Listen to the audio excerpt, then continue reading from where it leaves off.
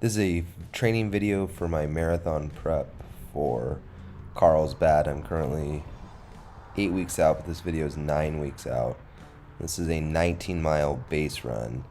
I'm going to go over the gear that I'm using, the new gear or newer things, and then the plan that I am using for the run. And I'm going to start off with the sunglasses that I got here from Amazon, which were $10. Came with two different lenses and a hard case. Crazy deal.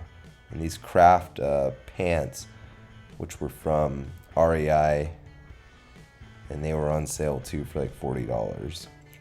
And I got this North Face windbreaker shell.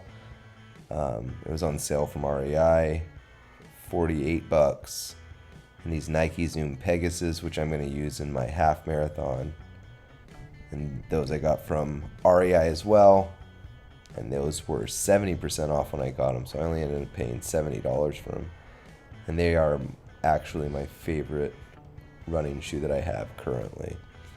So this is one of the runs that I do quite often. This is through Castroville, and I make my way through a bunch of different coastal towns, ending up in Lovers Point, PG, which is a similar route for the half marathon, the Monterey Bay half marathon, that by the time I'm actually recording this video, I've already competed in the half marathon. But during this run, I had not yet competed. This was the day before my half marathon, or excuse me, the Sunday before my half marathon, and my half marathon, the Monterey Bay half marathon, was the following Sunday. So the plan for this run was to keep the mileage high, because I'm really just using my half marathon as a deload week from my training block. And so I want to keep the mileage high because my ultimate goal is a marathon. And again, this is marathon prep, and I am all scheduled for the Carlsbad Marathon, January 14th. So for this run, I wanted to keep my heart rate below 150 and to really stay in that zone 2 area for sort of the aerobic conditioning and the progressive overload on my body, without the huge stress from my VO2 on my VO2 max system or my lactate system, the lactate threshold. I wanted to save those systems and not overtrain them. This was a little stink bug that I almost stepped on.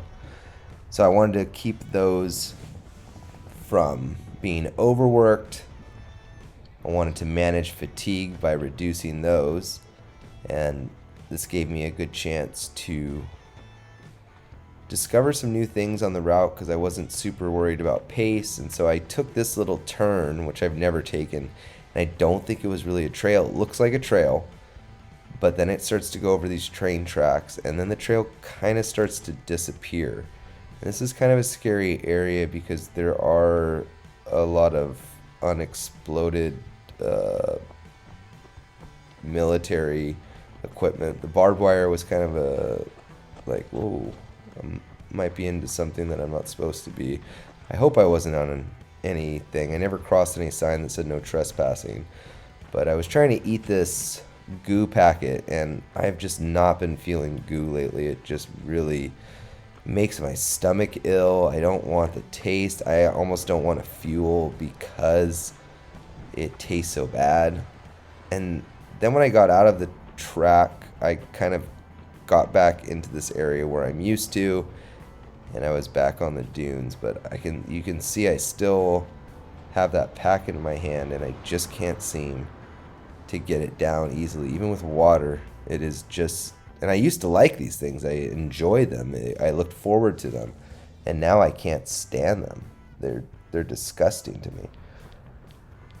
I don't know what I'm gonna do for fuel, but the goo packets are not cutting it.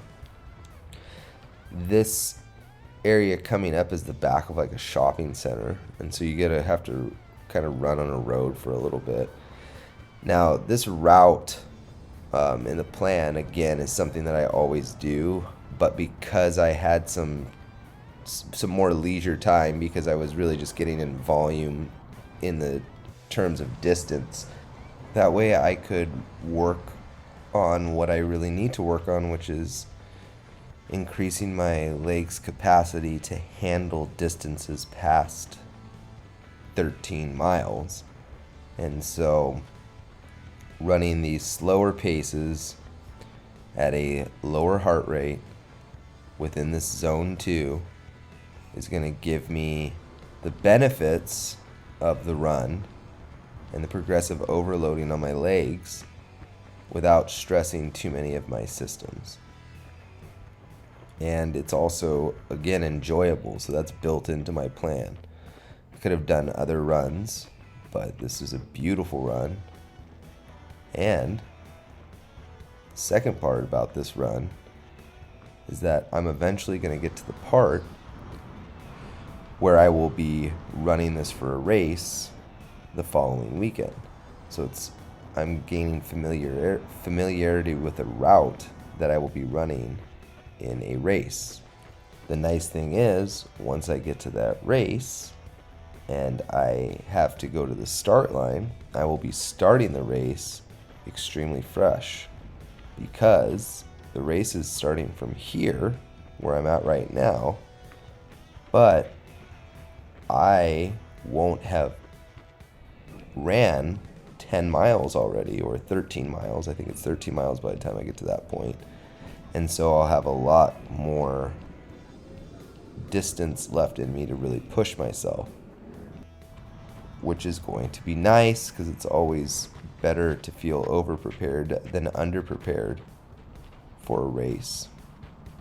And then again, you can't beat the view and the safety of all the paths.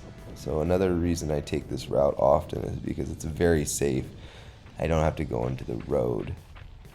There's bike paths everywhere, and the biggest problem really that I have currently is electric bikes, because those things are pretty much like motorcycles these days, and those scare me more than cars sometimes because of how close they're able to get to you while you're running. But other than that, this is a very, very safe, runner-friendly bike path that allows you plenty of scenic views while also allowing you to accrue a lot of distance. And unfortunately, while I was filming and running, the mounting screw to my monopod for the GoPro fell off, and I was not able to get any footage of mile 19.